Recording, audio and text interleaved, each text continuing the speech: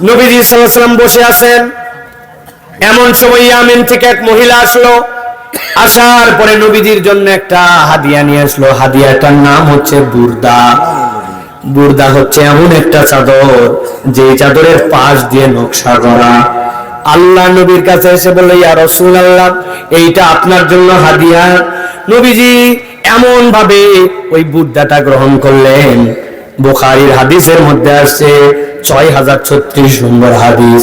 মনে হচ্ছিল যেন নবীজির চাদরটা বিরাট বড় প্রয়োজন। এত সম্মান করে নবীজি হাদিয়াটা নিলেন। সাহাবীরা বলতেছেন, আল্লাহ নবী যখন গায়ের মধ্যে চাদরটা দিলেন, আল্লাহ নবী এমনি সুন্দর, কিন্তু তাকে এত সুন্দর লাগছিল। জীবনে কোনোদিন কোন চাদর পরে নবীজিকে আমরা এত সুন্দর দেখি নাই। ওই চাদরটা নবীর গায়ে এমন মানালো। সুবহানাল্লাহ। হঠাৎ করে সামনে একজন সাহাবী বসা ছিল। সে বলল, ইয়া রাসূলুল্লাহ, ইয়া হাবিবাল্লাহ, আপনি গায়ের মধ্যে যে চাদরটা দিবেন ওই চাদরটা আমাকে দান করে দেন। নবীজি এই কথা শোনার সাথে সাথে উঠে বাড়ির মধ্যে রওনা হয়ে গেলেন। যেই না বাড়ির মধ্যে গেছেন, সাহাবাই কেরাম বুঝে ফেলেছে নবী পুরাতন চাদরটা আবার গায়ে দেওয়ার জন্য গেছেন। কেননা নবীজি মানুষের সামনে আলগা হতে পারতেন না, লজ্জা ছিল তার। নবীজি ভিতরে চলে গেছেন। সাহাবাই কেরাম বকাঝকা শুরু করছে, ব্যাককল, তোমার হুঁশ আছে?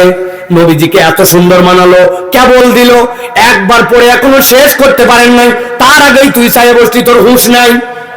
ওই সাহাবী সাথে সাথে চোখের পানি ফেলে দিয়ে বললেন, ও আমার ভাইরা, এই চাদর যে আমার খুব বেশি দরকার এই জন্য নয়, বরং আমি একটা জিনিস দেখেছি, নবীজি এই চাদর পরেছেন আর এখনো ধোয়া হয় নাই, আর এই চাদর পরার পরে অন্য কেউ গায়ে দেয় নাই। আমি চাইছি এই চাদরটা নবীজির কাছ থেকে, এই জন্য আমার শরীরটা ভালো যায় না, কোন দিন জানি দুনিয়া থেকে চলে যাব, আমার নবীর গায়ে লাগানো চাদরটা দিয়ে যেন আমার কাফন হয়। নবীজি ভিতর থেকে বেরিয়ে আসলেন, চাদরটা তার হাতের মধ্যে তুলে দিলেন। কেবল নবীকে দিছে, এক মুহূর্ত দেরি করেন নাই দিয়ে দিতে। নবীজির কাছে এসে বলছে, ইয়া রাসূলুল্লাহ, আমার অভাব, আমাকে একটু ছাগল দিবেন নাকি? নবীজি বলছেন, ওই যে তাকাও, ওই যে পাহাড় আর এই যে পাহাড়, এই দুই পাহাড়ের মধ্যে যত ছাগল আছে সবগুলো তোমাকে দিয়ে দিলাম, যাও নিয়ে চলে যাও। আল্লাহু আকবার।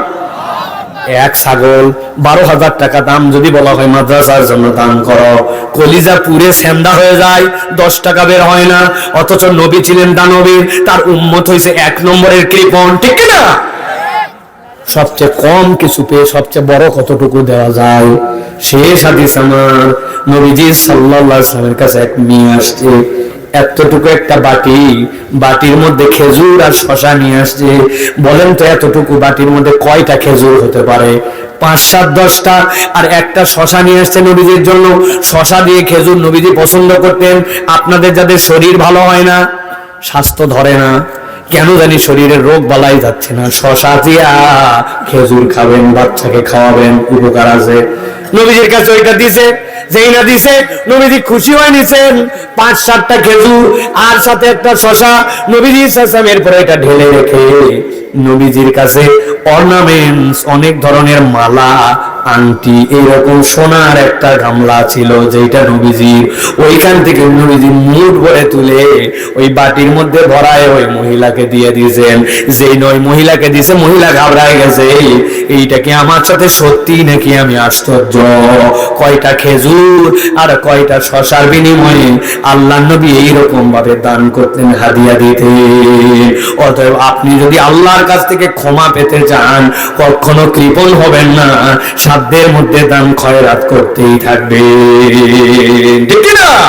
অতএব আমরা আল্লাহর কাছ থেকে ক্ষমা চাই, এই জন্য দান সাদাকা করব, তওবা করব, ক্ষমা চাবো, তাকওয়ার পথ অবলম্বন করব, আর ঈমান আর নেক আমল বিশুদ্ধভাবে করব। রাজি আছি? হাত তোলেন। রাজি আছেন? এটা কি নামাজ পড়ে না বাদ দিয়া? হ্যাঁ, মিথ্যা কথা বলে না বাদ দিয়া? বিড়ি খায় না বাদ দিয়া? না, বিড়িটা খাওয়াই লাগবে, তাই না? কারণ আমাদের একটা সুন্নত আছে, পান, এরপরে হচ্ছে চা, পান, টান, আহা, এই তিনটা না হলে পুরা হয় না। খবরদার, এইগুলা কুঅভ্যাস আমরা বাদ দিব। আল্লাহ আমাদেরকে কবুল করুন, আল্লাহুম্মা আমিন। এখন আমি সংক্ষিপ্তভাবে আমাদের আজকের প্রধান অতিথি